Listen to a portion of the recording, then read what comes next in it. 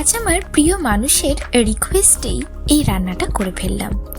সে বলে নিরামিষের দিনে একরকম খাবার খেতে খেতে মুখের স্বাদটাই যেন নষ্ট হয়ে যাচ্ছে, তাই আজকে আমাকে একটু অন্যরকম কিছু খাওয়া হতো। তাই ভাবলাম আজকে একটু আমি বানিয়ে ফেলি ফুলকপির রোস্ট, আর সেই রেসিপিটাই আপনাদের সাথে শেয়ার করলাম। চলুন রোস্ট বানাবার জন্য কি কি করছি সেটা আপনাদেরকে বলে দিই।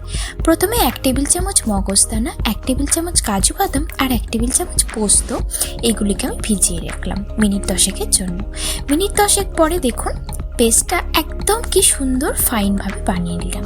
আর অন্যদিকে কড়াইয়ের মধ্যে আমি 1 টেবিল চামচ নুন দিয়ে আমি প্রথমেই ফুলকপিগুলোকে একটু ভাপিয়ে নিলাম। সঙ্গে সঙ্গে মিনিট 5 পরে ভাপানো জলটা ফেলে দিলাম। কড়াইয়ের মধ্যে আমি সাদা তেল নিয়ে নিলাম আর 1 টেবিল চামচ গাওয়া ঘি নিয়ে নিলাম।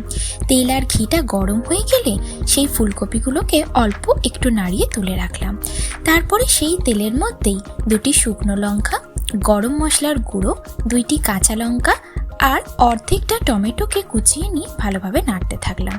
সঙ্গে দিয়ে দিলাম অল্প একটু আদা বাটা, দিয়ে দিলাম 1/2 টেবিল চামচ মতো জিরে গুঁড়ো, 1/2 টেবিল চামচ ধনে গুঁড়ো, আর দিয়ে দিলাম অল্প একটু কাশ্মীরি লঙ্কার গুঁড়ো।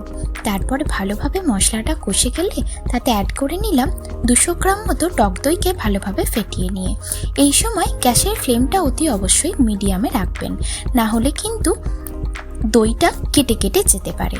তারপর দই দিয়ে ভালোভাবে মশলাটা নাড়া হয়ে গেলে ভাজা কপিগুলো দিয়ে দিলাম আর উপর থেকে 1 টেবিল চামচ চিনি দিয়ে দিলাম স্বাদের জন্য, আর স্বাদ আনার জন্য পরিমাণ মতো নুনও দিয়ে দিলাম। তারপরে একটু নাড়িয়ে চাড়িয়ে আগে যে পেস্টটা বানিয়ে রেখেছিলাম সেই পেস্টটা তার উপর দিয়ে দিলাম, আর দিয়ে দিলাম আমি এখানে 250 ml মতো গরুর দুধ। আমি এখানে কোনো জল অ্যাড করিনি।